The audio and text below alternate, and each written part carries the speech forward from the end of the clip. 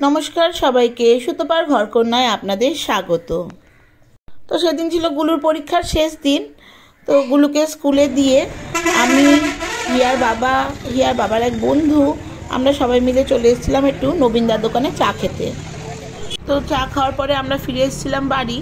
আর এসে দেখলাম যে হিয়া পড়তে বসেছে, কেননা সামনে হিয়ারও পরীক্ষা। আর আমি একবারে স্নান টান করে ঠাকুর পুজো দিয়ে নিচ্ছি। আর এদিকে গুলুর বাবাও রেডি হচ্ছিল, ওকেও গুলুকে আনতে যেতে হবে, দোকান যেতে হবে। তো এই সমস্ত করতে করতে আমি একবার চলে গিয়েছিলাম এক ফাঁকে ছাদে। আমার একটু উচ্ছে গাছ হয়েছে, দিয়ে তাতে কটা উচ্ছে ধরেছিল, যে আমি উচ্ছেগুলো হাতে করে নিয়ে এলাম যে আজকে একটু তিতো তরকারি করব বলে। তো সেই মতন সবজি সব কেটে নিলাম। আর এইখানে কেটে নিয়েছি একটু বাঁধাকপি, পেঁয়াজ, ধনেপাতা, কাঁচা লঙ্কা, আর দিয়ে দিচ্ছি একটু কালো জিরে, আর একটু বেসন, ময়দা, আর একটু বেকিং সোডা। তো ভালো করে মেখে নিয়ে পেঁয়াজির মতন করে ভেজে নিলাম। তো এটা কিন্তু দারুণ লাগে মুড়ির সঙ্গে খেতে। তো আমরা সেদিন সকালবেলা টিফিনে খেয়েছিলাম ঘুগনি, মুড়ি, এই পেঁয়াজি আর চা। তো তারপরে গুলো স্কুল থেকে চলে এসেছিলো, দিয়ে ও এখন নিচের ঘরে খেলা করে বেড়াচ্ছে। তো সেদিন তোর পরীক্ষা শেষ হয়ে গেছিলো, আর ওকে পায়কে। তো তারপরে আমিও দুপুরবেলা খাওয়া দাওয়ার জন্যে রান্নাবান্না শুরু করে দিলাম। বড়ি আর উচ্ছেটা ভেজে নিয়ে কালো জিরে ফোড়ন দিয়ে সব সবজিগুলো দিয়ে নুন, হলুদ, একটু জিরের গুঁড়ো দিয়ে দিলাম, দিয়ে ঢাকা চাপা দিয়ে দিলাম। আর এদিকে পাশেই প্রেশার কুকারে একটু চিকেনের পাতলা ঝোল করে নেব, সেটার প্রিপারেশন নিচ্ছিলাম। তো চিকেনটা বসাতে আমার সবজিটা এরকম হয়ে গেছিলো। ওর মধ্যে দিয়ে দিয়েছিলাম একটু ঘি, একটু আদা রাঁধুনি বাটা দিয়ে ভালো করে নাড়িয়ে চাড়িয়ে নিয়ে তারপরে গ্যাসটা বন্ধ করে দুটো সুগার ফ্রি দিয়ে নাড়িয়ে চাড়িয়ে নামিয়ে নিয়েছিলাম। তারপরে আবার একবার চলে এসেছিলাম ছাদে। তো রান্নাবান্না সেরে আবার আমি একবার চলে এসেছিলাম ছাদে জামা কাপড়গুলোকে তুলে নিতে।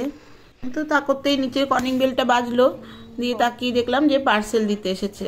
আমি একটা জিনিসই দুবার অর্ডার দিয়ে ফেলেছি, তাই দুটো পার্সেল হয়ে গেছে। তারপরে দুপুরবেলার খাওয়া দাওয়ার পাট সেরে নিলাম। তারপরে জিনিসগুলো খুলে একবার দেখে নিচ্ছিলাম যে কেমন এসছে না এসছে। সেদিন দুপুরে আর কোনো রেস্ট নেওয়া হয়নি আমাদের। এই সমস্ত করতে করতেই বাজছিল বিকেল 4টে। যেহেতু পরীক্ষা শেষ আর গুলুর বাবারও ছুটি, সেহেতু গুলু বলেছিল ওর বাবাকে যে একবার পার্কে নিয়ে যেতে।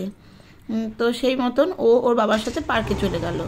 তো তারপরে আমিও তাড়াতাড়ি করে সন্ধে জ্বালার ব্যবস্থা করে নিচ্ছিলাম, কেননা সেদিন আমাদের একটু সার্কাস দেখতে যাওয়ার কথা ছিল। ওপরে ঠাকুরের কাছে সন্ধে জেলে আমি নিচে আসতেই পিঙ্কিও একবার ডাক দিল। তো সন্ধে 7টা থেকে শো। তো আমারও রাত্রের খাবার তৈরি করে রেখে তারপর কিন্তু বেরোতে হবে। তো পিঙ্কিকে বললাম তুই ঝপ করে চা কর, আমি আসছি, আজকে আর বসার সময় নেই, চাটা খেয়েই আমি চলে যাব। দিয়ে ওদের সঙ্গে বসে একটু চায়ে চুমুক দিয়ে তারপরে চলে এলাম বাড়িতে। রাত্রে স্যুপ আর টোস্ট খাওয়ার প্রস্তুতি হয়েছিল ডিনারে। আমার ঘরে যা যা সবজি ছিল সব কেটে স্যুপের অ্যারেঞ্জমেন্ট করে নিয়েছিলাম।